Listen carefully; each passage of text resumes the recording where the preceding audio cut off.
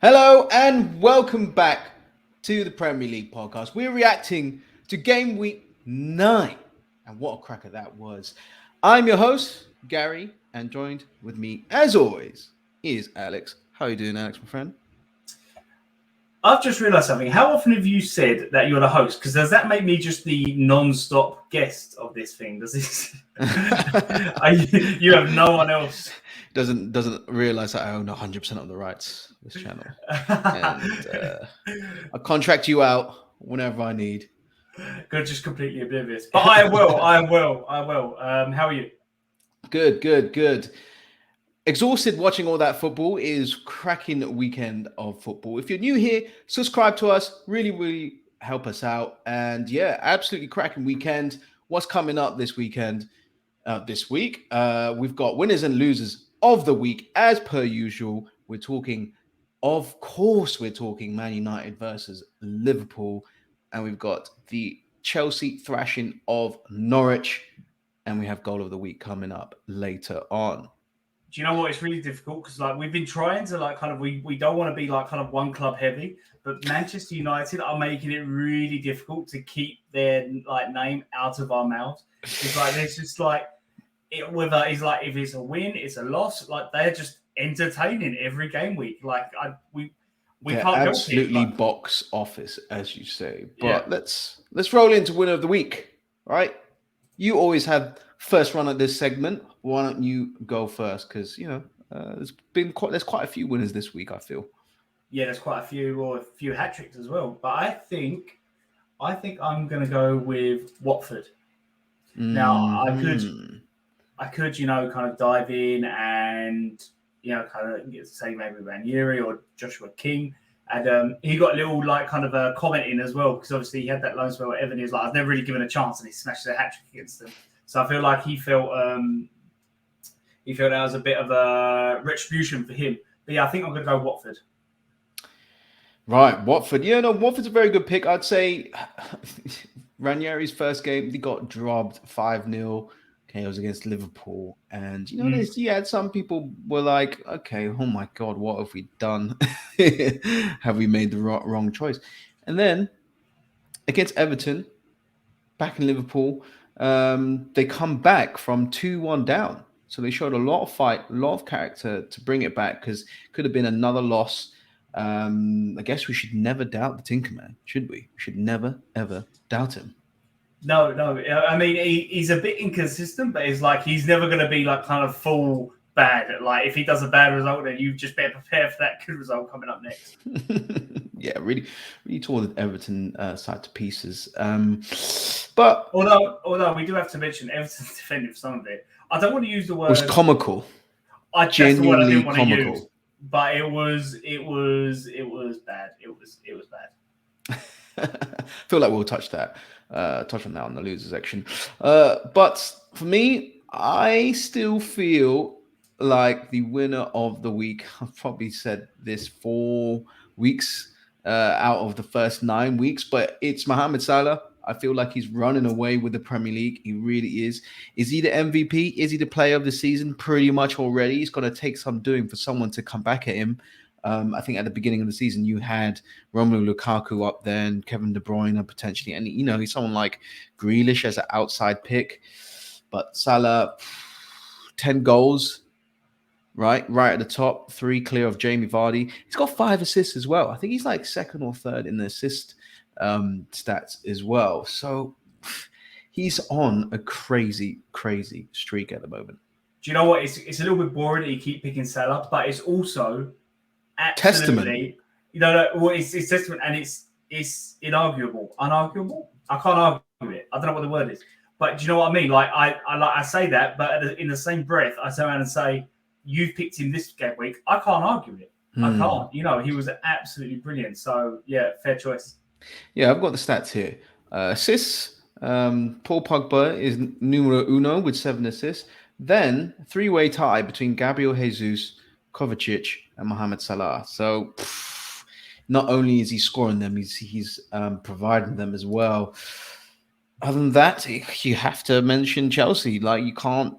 A 7-0 win is an absolute drubbing. I know it's Norwich, but I think whenever you score 7 and you keep a clean sheet, I think you should be up there with winner of the week. And Mm-hmm. dare I say it, Alex, What are you Derby. gonna say? That reaction, I was exactly what I wanted. Yeah, Derby I win.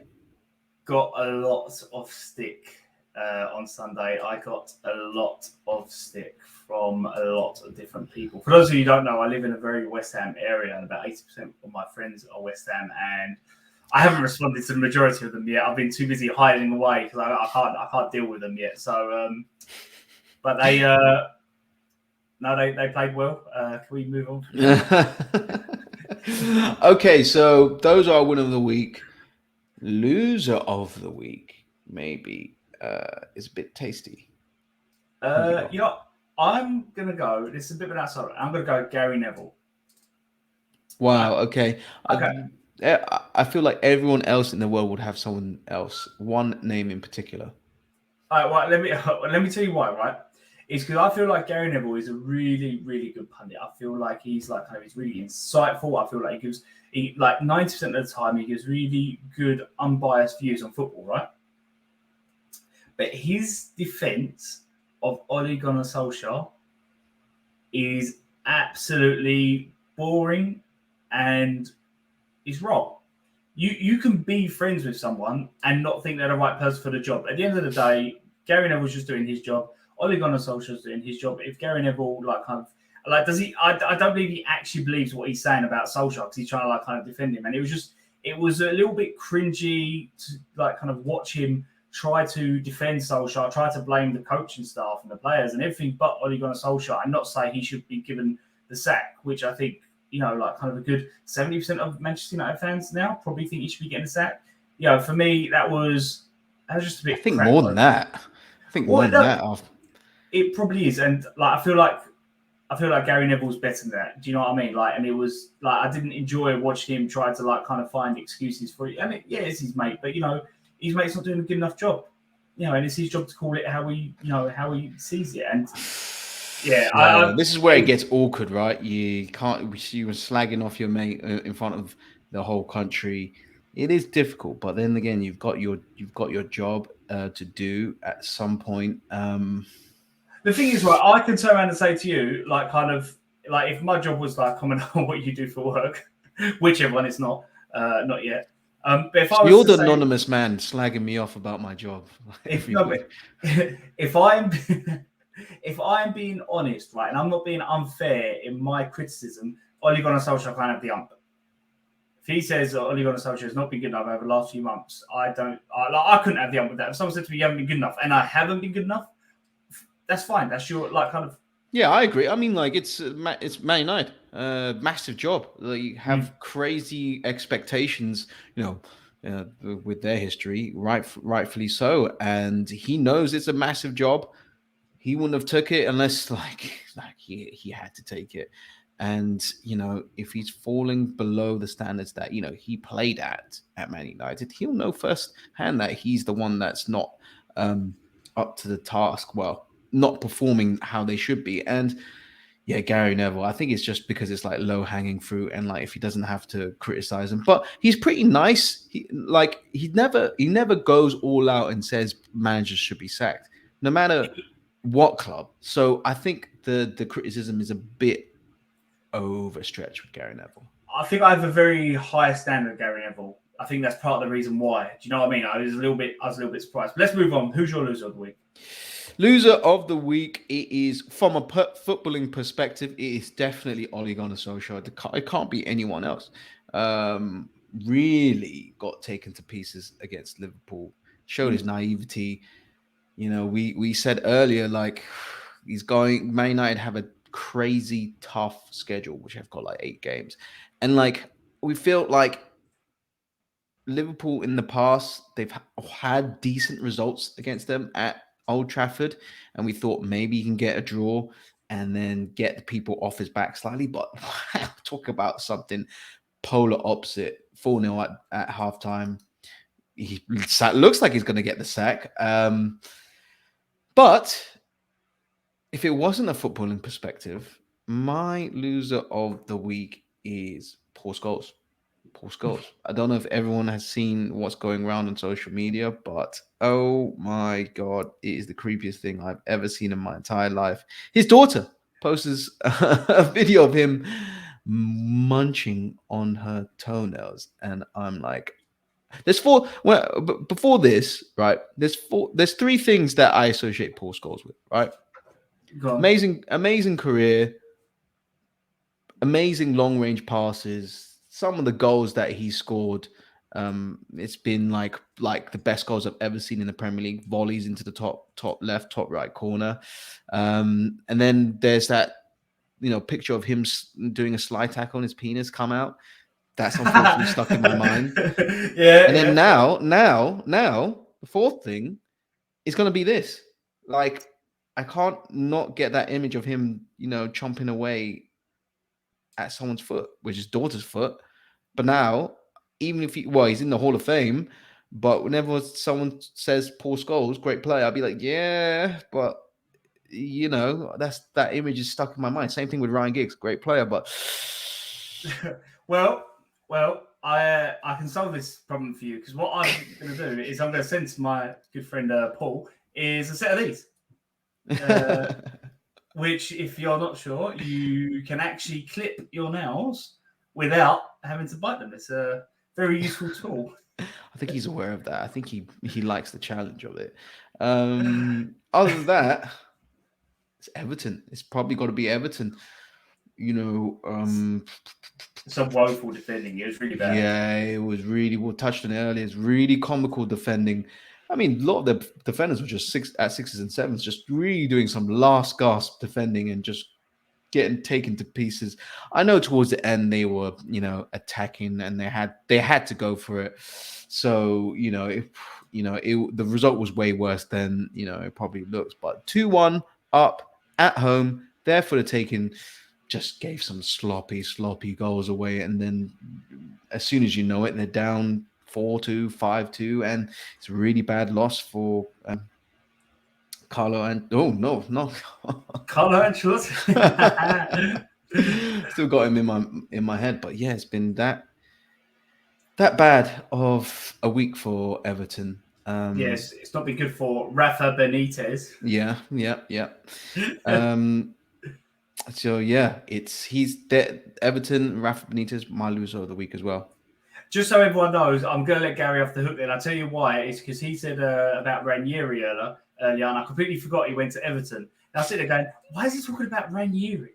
What's he? He's still doing Ranieri? Yeah. So I was sitting there, I was like, so I'm letting him off, everyone. I'm letting him off because about 10 minutes ago, I made the same mistake. We roll on to game of the week. Game one. Can only be one game, right? Man United versus Liverpool. Liverpool ran out 5-0 winners. Again, we're talking about Man United and Ole Gunnar Solskjaer. We said last week that a loss against Leicester put a lot of pressure on Ole Gunnar Solskjaer. And the tough next, 8 fixtures. You include the Champions League in that as well with Atalanta. They only squeaked past Atalanta. Will define Ole Gunnar Solskjaer's Man United career. And he had an opportunity against Liverpool to, not silence his fans, but to, stick it up them a little bit to prove that he still got some pedigree. And we thought maybe he was on the brink. He has a good record against Liverpool at Old Trafford. So we thought, he might pull out the bag. Wasn't the case. Really wasn't the case. 4-0 down at halftime. Probably the most embarrassing result Man United have had against Liverpool ever. Considering it was at Old Trafford, 4-0 down, ended up 5-0, couldn't even score a goal. I know they lost heavily. I think it was 5-1 against Liverpool at Anfield, but this is Old Trafford, right? I have to say, sorry, I'm just going to butt in there. You say it was only 5-0. The thing is, about 60 to 70 minutes into that game, Liverpool just took their foot off the gas. Yeah, they were it was a training session for them from that point onwards. It could have been more. I think they showed mercy. Yes, and even Man United they've been behind Liverpool for the last 5, 6 seasons, right? And it's some distance, I would say, behind Liverpool. Even then, they were able to be competitive against Liverpool when they played each other. So the wheels have really, really well and truly fallen off. So where do we start with this game? I kind of want to talk Ole Gunnar Solskjaer's tactics. So I think if we're going to talk tactics, I think the thing that he got really wrong, and I think the thing that caused Manchester United most problems was them attempting to press Liverpool. Because the issue you've got, right, when you're applying a press, it's not one of them where you can't just sit there and you can't just go to a team, press the other team. It just doesn't work like that. You need to do it as a unit, and you need to do it tactically. There needs to be instructions in there on what you're doing, because there is many ways to press. But there needs to be kind of unity and cohesion in it, or it just doesn't work. And that's what we saw. And I feel like the first goal perfectly summed up how bad that press was. Because I'll give you an example, right? The first mistake they made, was Greenwood. Now, I'm going to say this very confidently, but I'll probably go and concede it next game week. Liverpool would probably never concede a goal like that, for the following reason. What Greenwood did is he ran straight at Van Dijk, right? Mm-hmm. And that made it really easy for Van Dijk, because Ronaldo, he doesn't press much. So he had a pass to the right and he's got a pass to the left, right? So he's able to evade that press really quickly. And what Liverpool do, and what they do really well, is they cut off kind of the passing lanes. So Salah, when he's pressing, what he'll do is he'll go between a fullback and a centre-back and then press. Because then he cuts off any potential pass to the fullback, forcing them to go inwards. But Greenwood didn't do that. So that was the first mistake he made, right? And then he passes the ball out to Robertson, and Wan-Bissaka comes flying out of defence. He comes absolutely flying, and he tries to press Robertson. And that shouldn't be Wan-Bissaka there, because as soon as he's done that, you've seen the whole midfield back four, or the back three, because Wan-Bissaka was like in the right wing position at that time. You see him shift over. And then it's like kind of now, like kind of the boulder's getting bigger and it's starting to roll a bit more. What it should have been is McTominay maybe coming from midfield, or maybe even Fernandes, but someone coming from midfield and to press Robertson to keep the Manchester United back four. And then from that point onwards, they were just all over the place. They were absolutely all over the place. Yeah, mainly my opinion is just a disjointed press. Like half the team pressing, half the team not. McTominay and Fred on an island, and they got absolutely ripped to shreds. And the crazy thing is that once that happened, it didn't really change much. Didn't like after the second goal, third goal, I didn't see much change from Ole Gunnar Solskjaer. I think like the pressure of him was like, you still have to go for it in this game, right? But I don't feel like they changed much of the pressing action during that first half, and just got totally overrun.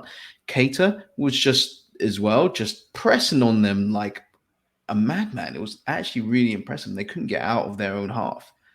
No, it was absolutely brilliant. And I was actually going to say the mad thing is I think that against any one team we don't want to be trying to do some half-assed press against is Liverpool, because they saw like kind of the weaknesses in that Manchester United kind of press, and they just picked them apart. And I just want to add, the person that falls to isn't Greenwood. I don't think it's Wan-Bissaka. I think that falls to Ole Gunnar Solskjaer. I think that's his responsibility. Yeah. But if you look, if you compare, he's instilled a style into them where they press, like kind of where they're like bloody wolves, but they press as a unit, and they like kind of know, everyone knows exactly what they're doing defensively. And I didn't get that vibe from Manchester United. And I think that does fall to the coach. Yeah, I'd have to agree, because it's his remit. Like, he has to decide how to set up the team, how to press, and he has to motivate them. And it just seemed like once they went a couple goals down, there was like, well, 2 goals down, it was like, it's absolutely over. So and he's had long enough in this team to implement a pressing style, which completely fell over. Well, it is. I wouldn't even call it style, because if you look at the top pressing managers, right? So you've got Klopp, Guardiola, Pochettino, Bielsa, right? If you look at those managers, right, all of them have their own style. They implement it to the players, and it works really well. Solskjaer doesn't have that. Not yet. Maybe he's trying to build it. I don't know, but it's not good enough for Manchester United. I feel Man United are one game away from total meltdown. Yeah. What? This is a question I was thinking about. What is our recipe for getting Man United back on track? If we were given the freedom, if we were director of football at Man United right now, I don't even know the chap now. They hired a new chap. What would you do? Is it as simple as just hiring Antonio Conte? Is it that simple? And players, what do we do with the players as well? For me, okay, so if I was Inter Disorders director of football, the first thing that I would do is I would get rid of Solskjaer. Because I feel like I don't know what his style is. I don't know how he's how he's really improved these players. Fans' patience has expired, given he's a legend as well. Yeah, but that's. I feel like it puts the fans in an awkward situation because they know he's a legend. You know what I mean? And they still feel that, but they also feel like he shouldn't be the man in charge. So it's actually quite a difficult place for Manchester United fans. And I have to be fair, they were still singing when they were 5-0 down. That actually takes quite a bit of doing. So credit to them for that. It does, but it's easy to. No, it's not. No. I disagree. There's so many fans who would be the stadium would be a lot more empty, and it was empty. It wasn't just the guys at the end that were singing. No, I disagree with you completely. I think they literally the fact that they were still singing at 5-0 says quite a bit. That is quite a rarity in football. But I think for me, the first thing that needs to be looked at is I would get a coaching with a long-term plan and who has his own backroom staff, who have experienced backroom staff, who know what they're doing, who he already has someone who coaches the defenders and coaches the attackers. He already has his own goalkeeping coach and his own tactical analysts. You know what I mean? It's someone who already has an experienced backroom staff to come in so that instantly try and improve the first team and try to improve how they do in match situations and the players. I think that would be my first stop. And then my next stop would probably be to look at what's going on in the transfer market. Because I feel like, so as I was diving a bit deeper into Ole Gunnar Solskjaer, I was actually surprised to find out he actually has a hand in the transfers. I see. That was a little bit surprising to me. And I'll tell you the reason why. Because I've always felt like that he's kind of just thrown these players and then he has to try and work out what to do with them. The old school, maybe Italian system, where they would just go out buy these players and they'd be like, all right, do something with them. But no, he has a say in who Manchester United bring in. And that doesn't bode well for him either, because I feel like their transfers haven't been great fits for Manchester United. So I think there's also something missing there. So I think new manager, a new relationship, and maybe a new person in charge of scouting. Is it Luis Campos, the old Lille guy? Potentially. Someone like him. Do you know what I mean? I would definitely, I think Solskjaer at the door probably my first thing, an experienced manager in place. That's it. Me personally, get rid of Ole Gunnar Solskjaer, get rid of Paul Pogba, McTominay can stay, Matic can leave. I'm just it's fine. He could stay as backup, but I don't think they need him. The only reason why I don't want to get that Abramovich reputation, where they used to say that he used to have a hand in who would start. I don't know if you remember those rumors a few years ago. But I feel like it's the man, whoever this new manager is, it's his choice. He might love Pogba. He might want Pogba to be his main guy. So I would let this new manager, whoever it is, I'd let him decide personally. No, I would 100% make that decision. I'll take the decision out of his hands. Mainly, if it was Paul Pogba maybe 2 seasons ago, maybe, but I think it's too. When the relationship is soured enough to be it's not worth carrying on together. Gonna overrule it for non-footballing reasons as well. There's a big call with Harry Maguire, I feel. I disagree. I think don't get me wrong. He's had two like kind of pretty bad weeks, but I think 90% of the time he's like kind of one of their better players. I wholeheartedly disagree. I don't know. If I can get 60 million for Harry Maguire, I'd take it. No one's going to pay 60 million for Harry Maguire, so he probably has to stay. Well, I would say the other thing is as well is if you get a manager in who actually like kind of who works a little bit with the defense, he could turn into like kind of one of the best defenders in the world. It's really difficult to say with the manager he has currently. Okay, so we're in agreement. Sack Ole Gunnar Solskjaer. I think that's the first step. Yeah, get rid of him. Get someone in who has his own style. You need someone who not necessarily who's like kind of world class, but you need someone in who's like kind of who's done it a little bit, has his own backroom staff, and it goes from there. Okay, now it's unfortunate because whenever we talk about a game of the week, we start with the losing team because each week it seems like in the big games, it is absolute crisis for the other team that loses. But Liverpool were absolutely tremendous, and we cannot gloss over that. Absolutely sliced Man United down in what has to be seen as probably the best Liverpool away performances at Old Trafford I've ever seen. Like we said, even if they've been way better than Man United in recent seasons, but they've struggled at Old Trafford because Old Trafford is still Old Trafford. But they played amazing. What other superlatives can we give Liverpool? And for me personally, a lot of credit will go to Mohamed Salah, but I think it was Klopp's tactics that really, really won the day in terms of pressing Man United, building from the back, overloading the right hand side, and having Keita run. It was like Kante with offensive output. His ability to close players down, and they really overload the right hand side, and I was super impressed with that.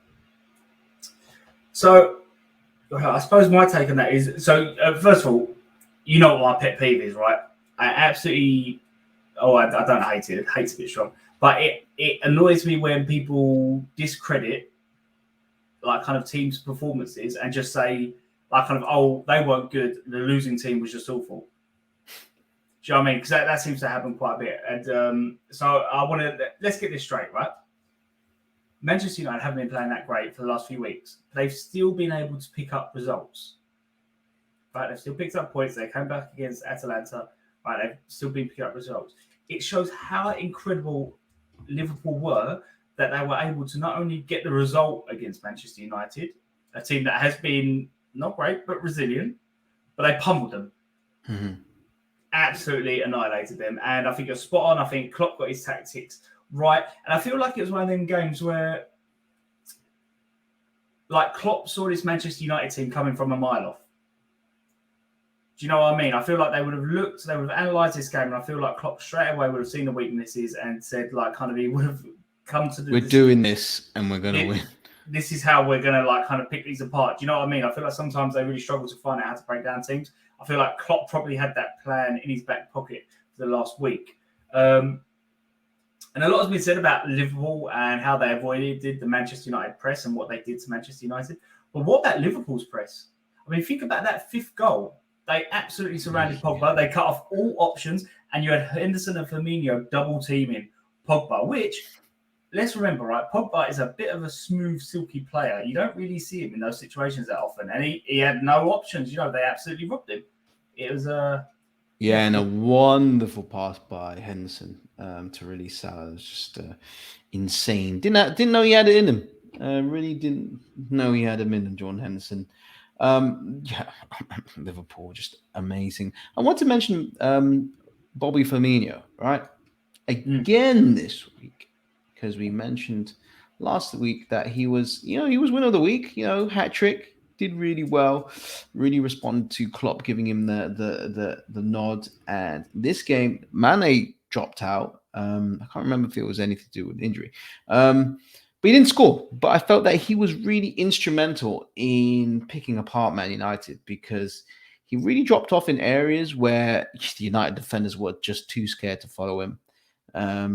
And playing with his back to goal, he was really able to not pull the strings, but really lay off the ball in the right time and the right situation for Mohamed Salah and Diogo Jota. And I was just really impressed with his performance. Did you share that sentiment? Am I just waxing superlatives on different players? So I'll be honest with you, Gary. For about the past 30 seconds, it all cut out. So you're talking about Firmino. You said he got a hat trick. Give me the quick version. How impressed were you with his performance? Okay.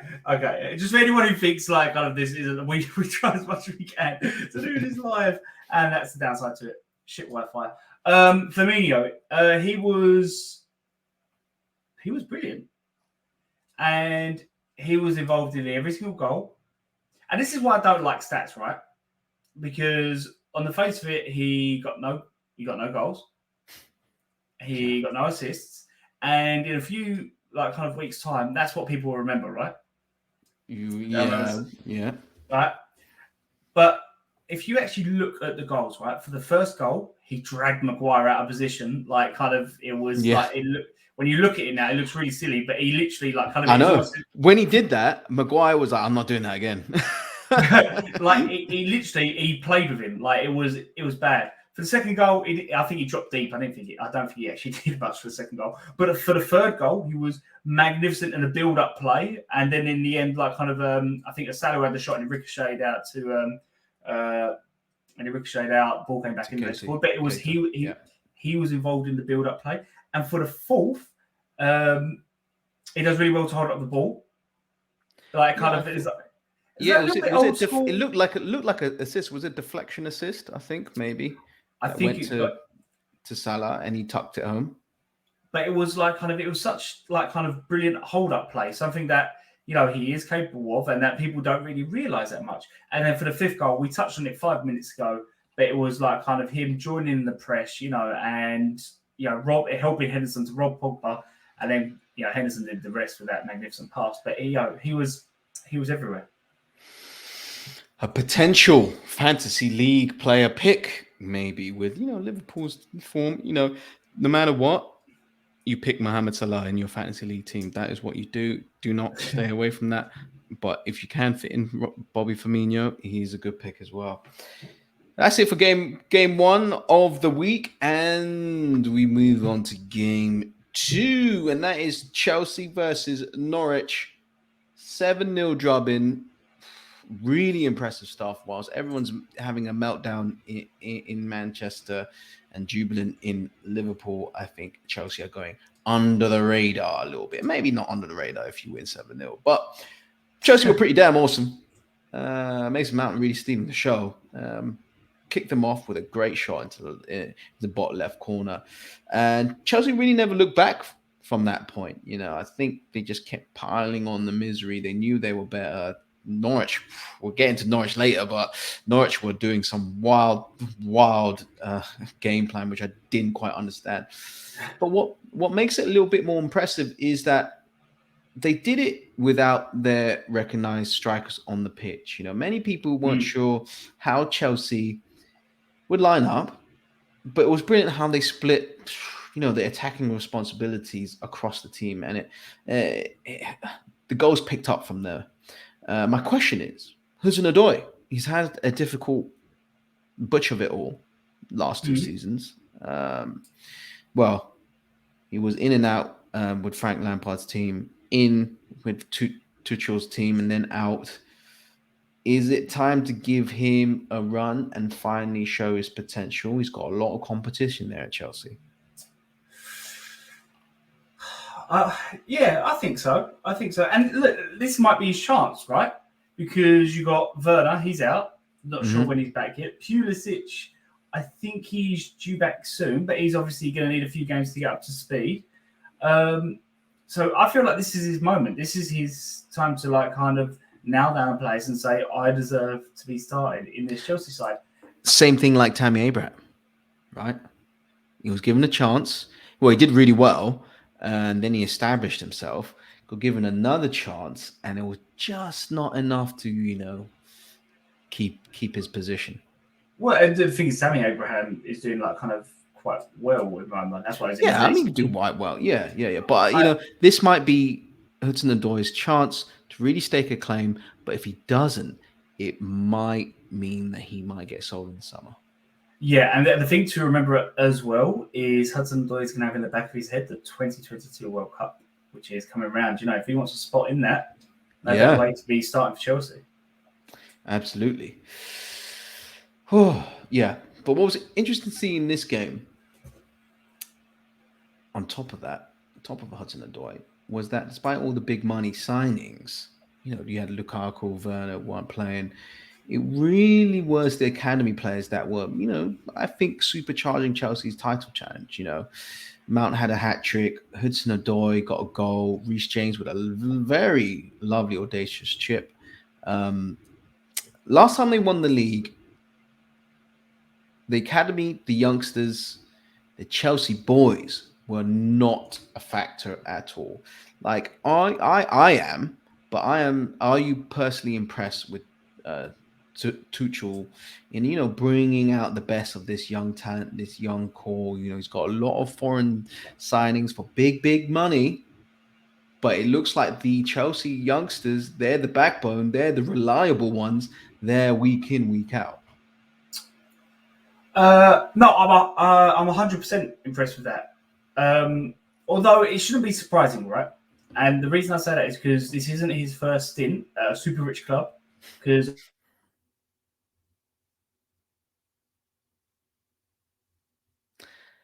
I think we've lost Alex. I really think we lost Alex. I'm back. I'm back. What I was saying is I'm 100% impressed. I don't know where I got cut off. I'm 100% impressed that he's using young players, but this isn't his first stint at a super rich club.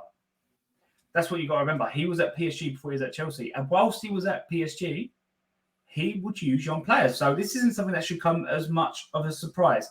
But from a Chelsea fan view, I think it is really quite refreshing because if you look back over the last few managers that were successful at Chelsea, so I'm talking Conte, Sarri, and Mourinho, right? All three of them, the majority of the emphasis was on experience. So it must be really nice for Chelsea fans to, kind of get the youth like kind of into the team and to have people in that team who kind of are there. Well, obviously they're there because like obviously they're getting paid and and it's fantastic to be a footballer for a job, but they actually support the team. You know what I mean? So it must be really nice for Chelsea fans. Yeah, I would say Tuchel, it's his system. He has the recipe for success. He knows that, like, you have all these big money signings, right? Right. With the fan base, the players that you can replace them with, which you won't get stick from, is replacing them with academy players, right? To give the other players a rocket up the arse. So, smart. I mean, they deserve their place in the team anyway. So I won't even. I was just going to add to that. The thing is, as well, Lampard, like he was really good at like kind of giving the young players a chance. But the thing is, he did that, but he didn't get results. It was like that little bit extra layer of impressiveness is results with young players. Mm-hmm. Norwich City. I don't know what to say now when it comes to Norwich and specifically this performance. As amazing Chelsea were, they were amazing. I feel like Norwich really contributed to their downfall here. And in the Premier League, they're not strangers for getting dropped pretty badly against top teams. This was another performance. 1-0 down, they seemed like they gave up straight away. I don't know. After that, Chelsea players, it was like an exhibition match. They had no real pressure. They could pass it around. Norwich still, for some reason, was going for it. In midfield, they had all the time in the world to pick apart this Norwich side, which didn't press properly. I know Norwich are looking at the long-term project, and having Farke there, who is a very good championship manager with this squad, but 2 points after 9 games. What I saw was poor tactics poor effort from the players, poor organization. This is the type of loss that gets you sacked. I don't know. Is he just immune to it? I don't know. It doesn't make sense. You know what? You asked me this before, and I said the vibe I get from Norwich. I'm going to keep asking it because it doesn't make sense to me. He's got a different set of rules to every other manager in the Premier League. No, but he has got a different set of rules. What separates him from Ole Gunnar Solskjaer is the fact that they expect a lot more. They have a much higher transfer budget. They have a much higher wage budget. So he does have a different set of rules. And what I was going to say there is you've asked me for this before, and I'm still trying to work out what is Norwich's remit. Like when they get promoted to the Premier League, what expectations are they passing down to the manager?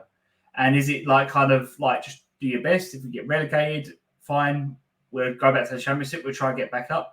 Or is it like kind of, no, I want to stay up. Like I want to know what the expectation was.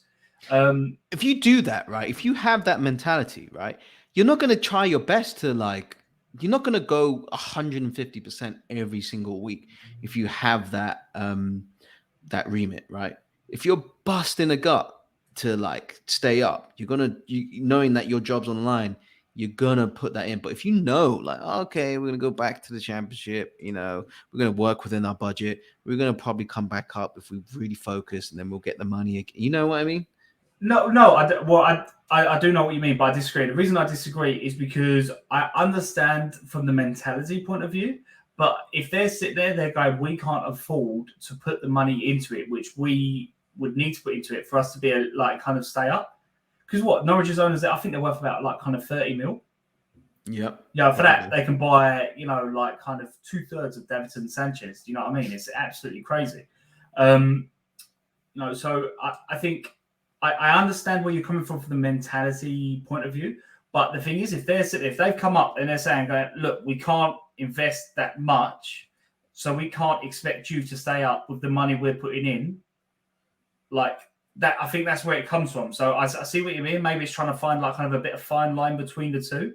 But I can understand them like not putting a world of expectation on Fark if they're not going to give them the tools to do the job. But I do think on that note, you mentioned 2 points in 9 games, a negative 21 goal difference now, which did look a little bit better 3 days ago.